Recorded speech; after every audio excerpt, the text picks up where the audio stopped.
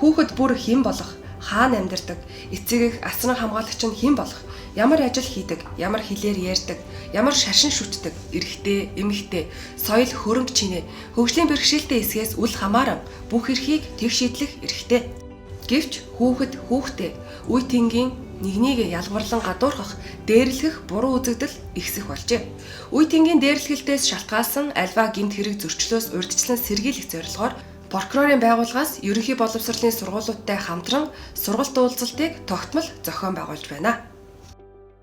Сүхбаатар дүүргийн прокурорын газраас тус дүүрэгдэх гэмтэргээс урьдчилан сэргийлэх ажлыг зохицуулах зүйл болон бусад төрийн байгууллагатай хамтран өсвөр үеийнхний дунд тулгамдаад байгаа асуудал болох үе тэнгийн дээрлэхэлт, захим гадуурхалт, хүүхэдтэй үлдэх, хүчирхийллийн хэлбэрт өртсөн тохиолдолд хэрхэн эргээр даван туулах, өөр тулгамдаад байгаа асуудлыг хэрхэн шийдвэрлэсэн талаар мэдлэг ойлголтыг видео контент хэлбэрээр түгээх зорилгоор I have a dream нэртэй видео контентыг бүтээж олон нийтэд түгээн ажиллаж байна. Энэ арга хэмжээний хүрээнд сурагчдад контентыг үзүүлж, үүнтэй холбоотойгоор хилцүүлэг зохион байгуулж, оролцогч хүүхдүүдээс тулгамдсан асуудлын талаар санал асуулах, мөн судалгааг авч цаашд авах арга хэмжээг үе шаттайгаар зохион байгуулан ажиллаж байна.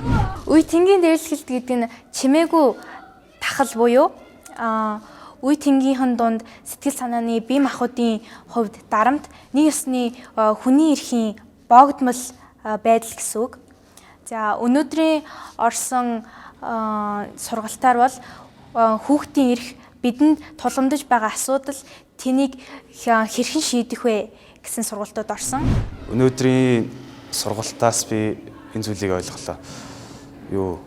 Хүүхдийг одоо ингээд ялгаатай байдлаас нь болоод гоочлохын оронд зүгээр ингээд дэмжлэг үзүүлэх ёстой. Тэр хүүхэд ялгаатай байж болох ч гэлээ үнэхээр хүн болгон өөр өөрсдийн гэсэн онцлогтой ялгаатай гадаа төрх үзэмж бүгд адилхан байдаггүй учраас тэрийг ялгуурлан газуурхаж болохгүй. Хэрвээ түүнийг тэр үйллийг харсан бол таслан зогсоох, хандах ёстой газарт нь хандах хэрэгтэй гэж бодсон. Миний хувьд бол үе тэнгийн дээрлэхэлтэнд өртсөн үедээ хамгийн түрүүнд эцэг их гэр бүл аав ээжтэй хэлдэг. Миний хамгийн сайн сонсогч гэр бүл байдаг. Түүний дараа багш сургууль хүмүүжүүлэгч захиргаа, тэгээд хамгийн сүүлд нь хүүхдийн 108 гээд дугаар байдаг. Тийшээ залгаж тусламж авахыг хичээдэг. Тэгээд үе тэнгийнхаа найзуудтай хэлэхэд битгий бие бинийгээ дээрлэхээрээ үнэхээр сэтгэл санааны хувьд ч гэсэн тэр хөв үнэ бодоод хизээч ийм үйлдэл хийж болохгүй шүү гэдгийг бүгдэнд нь би сайхан ингээд түгээмээр санагдаж байна. Бид нар бие биенээ л хайрлахгүй бол өөр хинч биднийг хайрлахгүй шүү дээ. Тийм болохоор та бүхэн үе тэнгийн дээрлэлтийн эсрэг нэгдэж бие биенээ хайрлцгаагаарай.